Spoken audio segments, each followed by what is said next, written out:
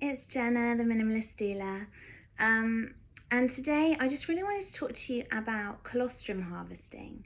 So I don't know if this is something you may have heard of or that you're thinking about or maybe you're already doing.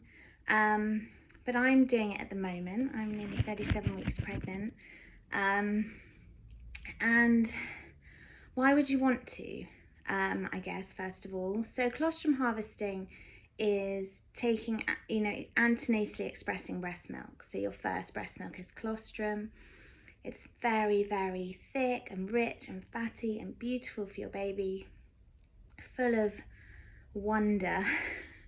I mean, I think the most fascinating thing I've ever taken away from all my breastfeeding training is that breast milk is alive. I just love that. Your breast milk will suit your baby at that moment in time, and it will change, for your baby's needs always. If they're born early, your milk suits them for an earlier born baby. If they're ill, it'll make antibodies. I mean, it's just fascinating, incredible stuff. And so if you're thinking about antenatally expressing, you might be wondering, why would you want to? And I think some things are best left alone. Let's assume if you want to breastfeed, you can. But these days there are, hurdles, and mums do really struggle with breastfeeding. You may be having a cesarean and your milk may take a little longer to come in. You might have a difficult birth, again affecting your milk supply, just taking that bit longer to come in. Your baby might be tongue-tied, you might be there might be nothing wrong, but you and your baby are learning, and the baby's not quite got it yet, you've not quite got it yet. So just having a bit of reserve of your breast milk, it can be so handy, especially if you are having a hospital birth, because there's more distractions, just more elements to kind of deal with. And if you have a bit to hand already, babies may be fussing, you can give them a little bit of your milk, and then you can come back to, trying to get them on, trying to get them to latch, and they're calmer because they're fed. So there's really something in it, I think. And if you're drawn to it as well, you're getting familiar with your breasts, you're getting familiar with expressing, which is a great tool to have anyway. And you're obviously promoting your body's natural we're getting closer to birth. So it can kind of be a little bit of a natural induction method as well, because nipple stimulation helps bring on the oxytocin and everything. So there's just loads of positives. And you get kind of quite breast confident. So you're not, the first thing you're doing isn't having a new baby at your breast. You've actually been there, you've felt your breast, you've squeezed them, you've seen milk come out, there's confidence in that. So lots of reasons why you might want to, and even just for the process of it, sort of connecting with your body in that way, and the postnatal period in that way. So quite a lot of advantages, really. I didn't do it with either of my first two, but this time I am, because there's potential induction, potential cesarean because of the pregnancy I'm having, so I just want to be prepared. So that's kind of the what is it and why might you want to. So how do you do it? Because this is something that I answer a lot as a doula, and it seems straightforward, but it's doing it myself now, I can see that it's not that straightforward. So I have my knitted breast. I mean, I would show you on myself because I could do it for you now, but I don't know if YouTube would accept that clip. So when you're expressing colostrum, the way I'm doing it, and again, I've seen people talk about kind of squeezing all around the breast. I'm not personally doing that just because that's not what's working for me. So I think, again, listening to the guidance out there and just finding what works for you. But what I would say is you probably have to press a lot harder than you think.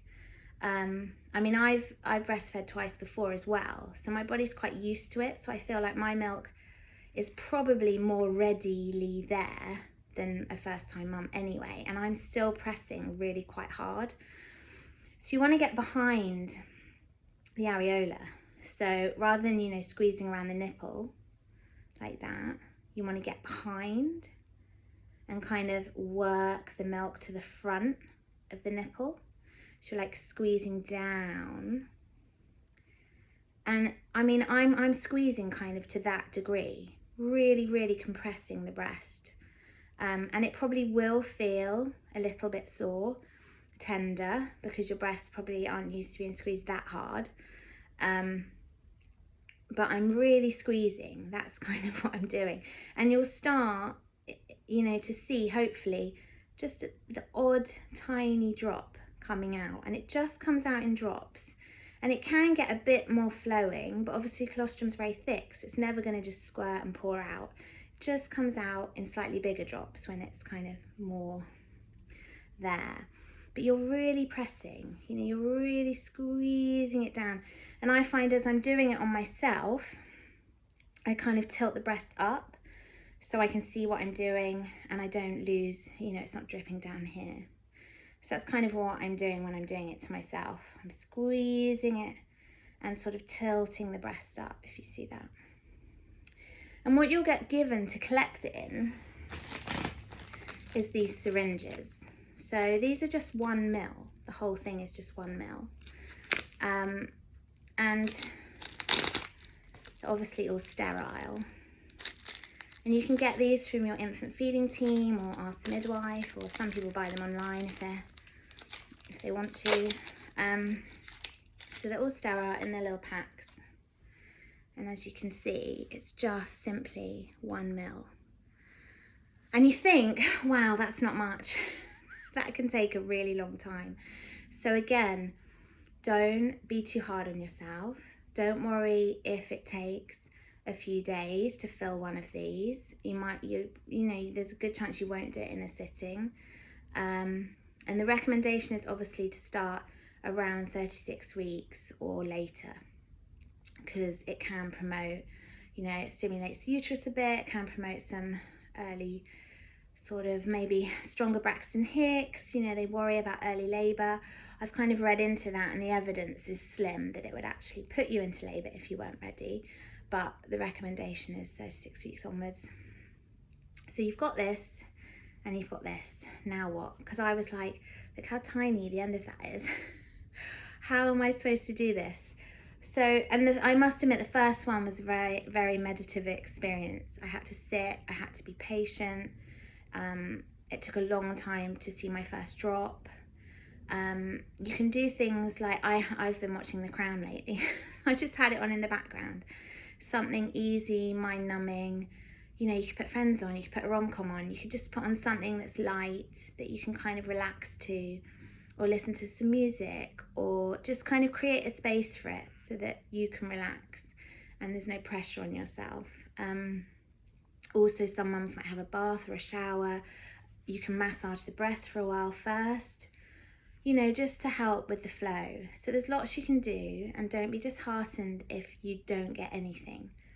That does not mean you won't have colostrum when your baby comes. It really doesn't. So this is just, you know, trying to do it if you want to. If it's not there, it's okay. You know, that's it.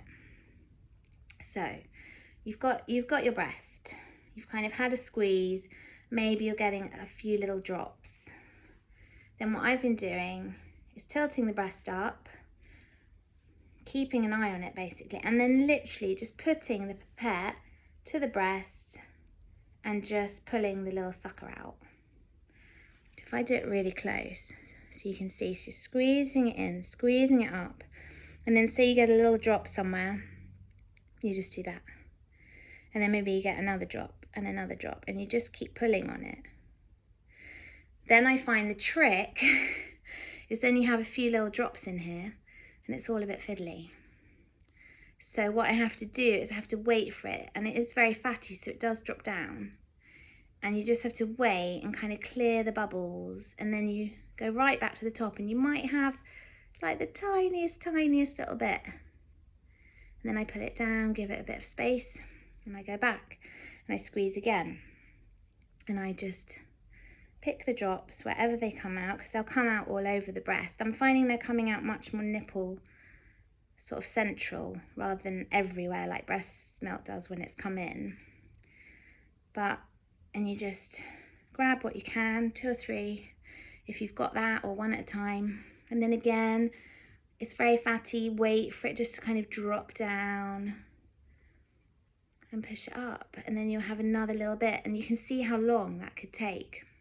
But if you just set aside an hour a day in later pregnancy, and it's just part of your routine, and you've got the TV on, you know, hope the kids are in bed, or, you know, maybe you haven't got older children yet, but just create a little bit of space for it. It's actually, it's become quite a nice part of my day. And, you know, even if you get tiny amounts, you feel quite proud that, you know, this is amazing that the milk's already there and you can do this. And you may get quicker.